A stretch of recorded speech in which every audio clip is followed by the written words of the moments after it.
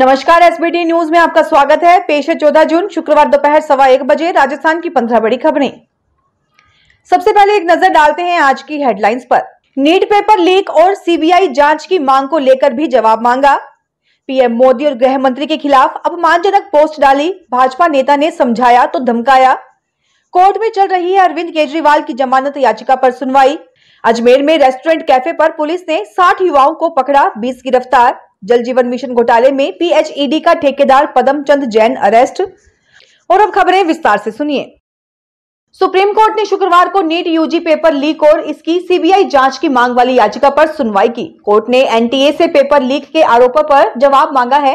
इस मामले पर 8 जुलाई को अगली सुनवाई होगी। कोर्ट ने कहा कि एनटीए 2 हफ्तों के अंदर इस पर अपना पक्ष रखे। सीबीआई जांच वाली याचिका हितेश सिंह कश्यप ने दायर की थी।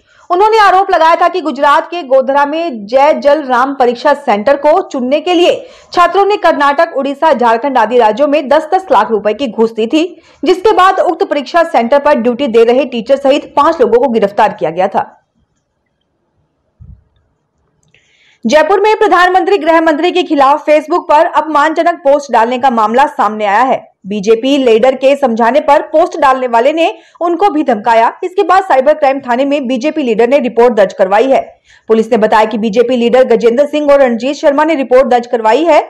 फेसबुक पर भारत के प्रधानमंत्री नरेंद्र मोदी, गृह मंत्री अमित शाह और बिजनेसमैन मुकेश अंबानी को लेकर अपमानजनक पोस्ट डाली गई थी। आरोप है कि बीजेपी लीडर ने पोस्ट करने वाले को कॉल कर समझाया। आरोपी ने पोस्ट डिलीट करने से मना कर उन्हें ही धमकाया।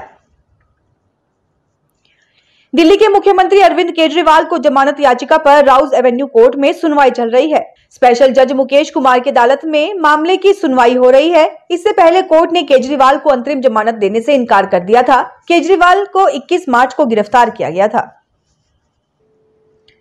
अजमेर के वैशाली नगर से पुष्कर रोड तक के रेस्टोरेंट व कैफे सेंटरों पर गुरुवार देर शाम अचानक पुलिस ने दबिश देकर चेकिंग अभियान चलाया। इस दौरान रेस्टोरेंट या कैफे सेंटर पर बैठे लड़के लड़कियों के होश उड़ गए। पुलिस का टारगेट वे युवक थे जो लड़कियों को झांसा देकर दोस्ती बढ़ाते और वारदात करते हैं। पुलिस को देख कई लड़के चंपत हो गए। सैर सपाटे के लिए आए कपल भी घबरा गए। पुलिस ने 60 युवकों को दबोच लिया और उनसे पूछताछ की। थाने भी ले गए। उनके वाहनों को भी जब्त किया। लड़कियों को पुलिस ने परिजनों की सहमति के बिना लड़कों से मुलाकात न करने की हिदायत देकर छोड़ दिया। जल जीवन मिशन घोटाले के प्रवर्तन निदेशालय ने एक बार फिर बड़ा एक्शन लिया है। ईडी ने इस मामले में पीएचईडी के ठेकेदार पदमचंद जैन को गिरफ्तार किया है।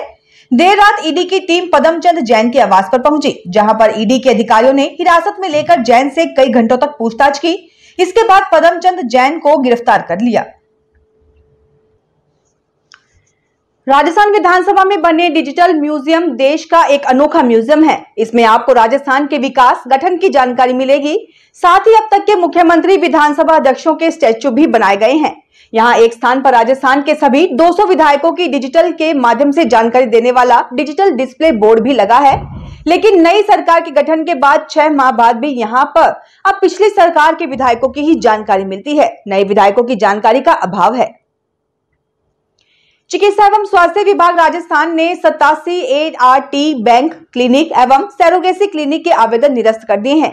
विभाग के एसीएस शुभ्रा सिंह की अध्यक्षता में गुरुवार को एआरटी एवं सैरोगेसी के स्टेट एप्रोप्रिएट अथॉरिटी की बैठक में क्लिनिकों के पंजीयन के संबंध में निर्णय लिए गए। बैठक में 2 एआरटी बैंक, 3 एआरटी लेवल प्रथम, 2 एआरटी लेवल द्वितीय को पंजीकरण प्रमाण पत्र जारी करने का निर्णय लिया गया है। 5 एआरटी बैंक, एआरटी क्लिनिक निर्धारित मानकों पर सही नहीं पाए जाने पर पंजीयन जारी नहीं करने का निर्णय लिया गया। राजस्थान के 1,35,000 अधिवक्ताओं को विधि कार्य के दौरान मिलने वाली सुरक्षा के लिए फिलहाल इंतजार करना होगा, क्योंकि राज्य सरकार द्वारा पारित राजस्थान एडवोकेट प्रोटेक्शन बिल 2023 को राष्ट्रपति से मंजूरी नहीं मिल पाई है और इसे वापस लौटा दिया गया। पूर्व कांग्रेस सरकार ने बिल पारित कर राज्यपाल को भेजा, लेकिन वहां से मंजूरी के लिए राष्ट्रपति के पास भेज दिया गया। राष्ट्रपति कुछ खामियों के चलते वापस राज्य सरकार को लौटा दिया। जयपुर में गोगा मेडी कांड का खुलासा करने वाली टीम में शामिल पुलिस कर्मियों के प्रमोशन को लेकर विवाद खड़ा हो गया है। पुलिस कमिश्नर ने 18 पुलिस कर्मियों को प्रमोट करने की सिफारिश की थी, लेकिन पुलिस हेडक्वार्टर ने महज 7 पुलिस कर्मियों को ही प्रमोशन दिया, जबकि इसी मामले में सीकर रेंज के एक पुलिस कर्मी को भी प्रमोशन मिला है। कमिश्नर द्वारा भेजी गई सूची में से प्रमोशन बोर्ड ने नाम छांटकर प्रमोशन देने के बाद बचे हुए पुलिस कर्मियों ने सीधे मुख्यमंत्री व डीजीपी को पत्र लिखकर विरोध जताया है। बीकानेर जिले में मनरेगा में काम करने वाले मजदूरों के भुगतान में गड़बड़ी की कोशिश में खाजूवाला की 14 ग्राम पंचायतों को नोटिस दिया गया है। राज्य सरकार ने मजदूरों के भुगतान का दावा करने के साथ ही मोबाइल ऐप में उनके काम करते हुए फोटो अपलोड करने के आदेश दिए थे, लेकिन इन ग्राम पंचायतों ने बिना फोटो अपलोड किए ही पेमेंट देने का प्रयास किया। आशंका जताई जा रही है कि पहले भी बिना फोटो अपलोड किए भुगतान उठाए गए हैं।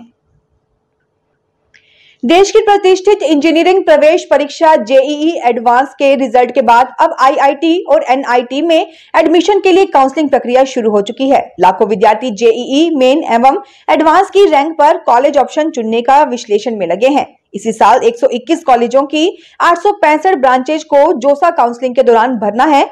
चॉइस फिलिंग की लास्ट डेट 18 जून तक है। जयपुर के गलता गेट थाना इलाके के ईदगाह 2 नंबर पुलिया के सामने 4 मंजिला इमारत के बेसमेंट में चल रहे कपड़े के गोदाम में देर रात भीषण आग लग गई। आग लगने की सूचना लोगों ने गलता गेट थाना पुलिस को दी। आग पर काबू पा लिया गया।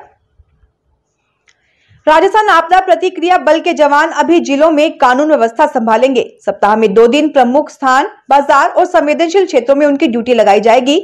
प्रदेश में 8 रेंज मुख्यालयों पर प्राकृतिक आपदाओं में आमजन के सहयोग के लिए एसडीआरएफ की कंपनियां तैनात की गई हैं।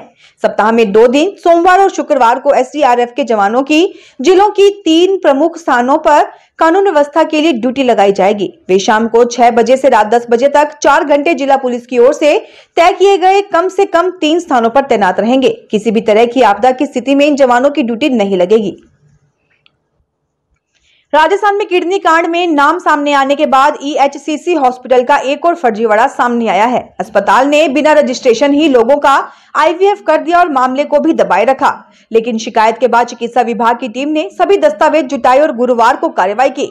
जयपुर में एसीएस शुभ्रा सिंह ने बताया कि ईएचसीसी अस्पताल में संचालित रीसा आईवीएफ सेंटर का रजिस्ट्रेशन नहीं था, लेकिन उनकी ओर से कुछ आईवीएफ केस किए गए।